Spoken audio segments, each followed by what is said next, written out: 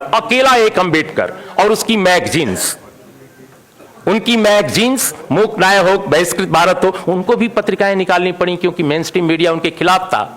Main stream media में उनको जगह नहीं मिलती थी। एक ऐसे आदमी को मैं भी जानते हैं, अंबेडकर को बहुत बाद में पढ़ा क्योंकि हिंदी क्षेत्र में मैं उत्तर प्रदेश से आता हूं, इलाहाबाद यूनिवर्सिटी में पढ़ता था। उन दिनों जेएनयू आने से पहले अंबेडकर मिलते ही नहीं थे, दिखते नहीं थे।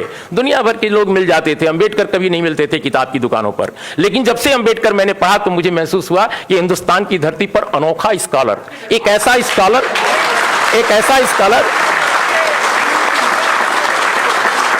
स्कॉलर जिसके पास जितने इस देश के इंटेलेक्चुअल्स हैं आजादी की लड़ाई के, हम सबको सैल्यूट करते हैं, लेकिन वैसा इंटेलेक्चुअल एक मतलब जिसके पास इतना बड़ा विचार दर्शन है। हम तो पहले समझते थे, बहुत सारे लोगों ने समझा रखा था कि वो दलितों के आइकन हैं, वो संविधान बनाने वाले एक व्यक्ति हैं, वकील हैं। वो बाद में समझ में आया कि कितना बड़ा दार्शनिक है जिसने वेद को, उपनिषद को, पुराणों को, तमाम संस्कृत के ब्राह्मण पंडितों से ज्यादा पढ़ा है। एक ऐसा आदमी जिसने पूरी दुनिया को समझा है, जिसके पास भारत को बदलने का एक नजरिया है, जो कहता है कि जाति के साथ जनतंत्र नहीं चल सकता।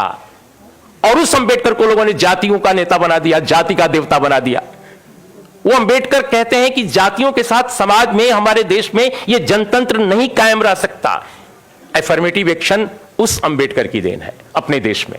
और एफर्मेटिव एक्शन क्यों है? जातियों को बढ़ाने के लिए नहीं, इस समाज में जनतंत्र कायम करने के लिए। गैर बराबरी का जो पूरा का पूरा विकराल ये रूप था भारत में सदियों से चला रहा, उसको बदलने का था। एक अंबेडकर ने भारत में यहां के करोड़ों आदिवासियों, करोड़ों दलितों और ओबीसी के लिए भी आरक्षण को प्रतिपादित किया।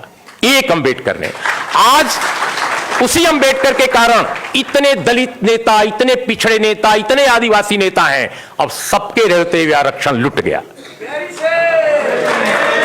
इन सबके रहते हुए आरक्षण खत्म। एक अंबेडकर ने लाया आरक्षण। सारे नेताओं ने, जो अंबेडकर के भक्त कहते हैं, किसी को कभी मंडल के भक्त कहते हैं, उनके रहते हुए अंबेडकर लूट लिया गया आरक्षण को। ये आज के भारत का दर्शन है, आज के भारत का परिदृश्य है। मित्रों, अंत में मैं एक बात कह के कंक्लूड करूंगा अपनी बात। बहुत सारे मित्रों को कहना है कि देखिए, हर क्षेत्र में डिटोरिएशन हुआ है।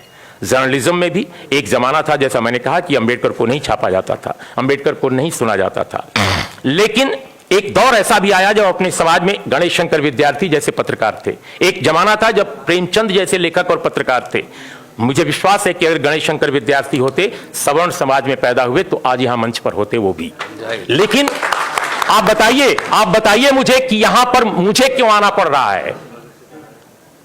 मैं नहीं चाहता। मैं चाहता हूं कि मनोज झा की तरह एक और बड़ा पत्रकार भी यहां होता। मनोज झा क्यों यहां है? मनोज झा इसलिए नहीं है कि वो राष्ट्रीय जनता दल में है। मैं इनके पूरे खानदान को जानता हूं, क्योंकि नवभारत टाइम्स में बिहार में मैं एक बार ट्रांसफर करके गया था। 8.5 साल बिहार रहा हूं। इनके परिवार के लोगों ने सामाजिक न्याय की लड़ाई भी लड़ी है। रमेश जी इनके परिवार में रहे हैं। रमेश झा, देखिए, हमारे नेताओं ने कॉन्स्टिट्यूएंसी बनानी शुरू की, विचारधारा पर काम नहीं किया।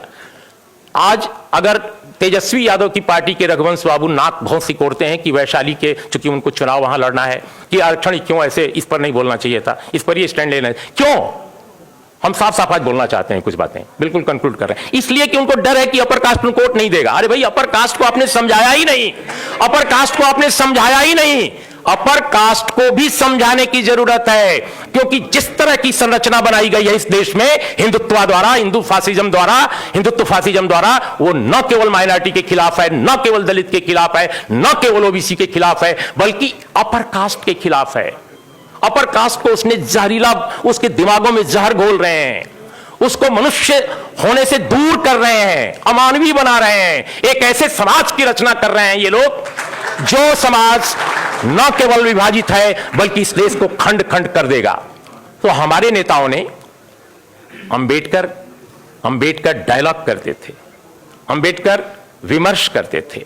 अंबेडकर को यह चिंता, वो तो बार बार उनको हराया गया, बाद में भी हराया गया, उसकी चिंता उनको नहीं थी। उनको चिंता यह थी कि समाज को कैसे हम दूर तक बदलें, इसके अंदर तक जाकर बदलें। वो काम हमने नहीं किया। हमारे नेता सिर्फ और सिर्फ कॉन्स्टिट्यूएंसी की बात कर रहे हैं। आप जब तक विचार की लड़ाई नहीं लड़ोगे, ये चीज नहीं बदलेगी जो हम बदलना चाहते हैं। इसलिए मित्रों, बिल्कुल लास्ट में मैं ये कहूंगा, लेट मी सी, हाँ, अब वो कह रहे हैं कि ये जो अब कोटा के बाद हम थोड़ी देर बोलना चाहते हैं इस पर रोस्टर पे। देखिए रोस्टर का जो मामला है, जैसा सभी ने कहा, आप सब लोगों ने आंकड़े पढ़े हैं, इंडियन एक्सप्रेस ने पूरे आंकड़े छापे थे, आरटीआई से लेकर छापे थे। 0 प्रोफेसर है इस पूरे महादेश में ओबीसी का, 0 एसोसिएट प्रोफेसर 0, एसोसिएट प्रोफेसर 0। और अगर आप किसी अपर कास्ट के लड़के से बात कीजिए, नौजवान लड़के से, कहता है सारा ओबीसी खा गया हमारी सीटें। क्यों? क्योंकि जहर, ये जहर है जो ये मीडिया क्या है इस देश का? इस देश का मीडिया जो है, माफ कीजिएगा मैं मीडिया का हिस्सा 35 साल से हूं, इस देश का मीडिया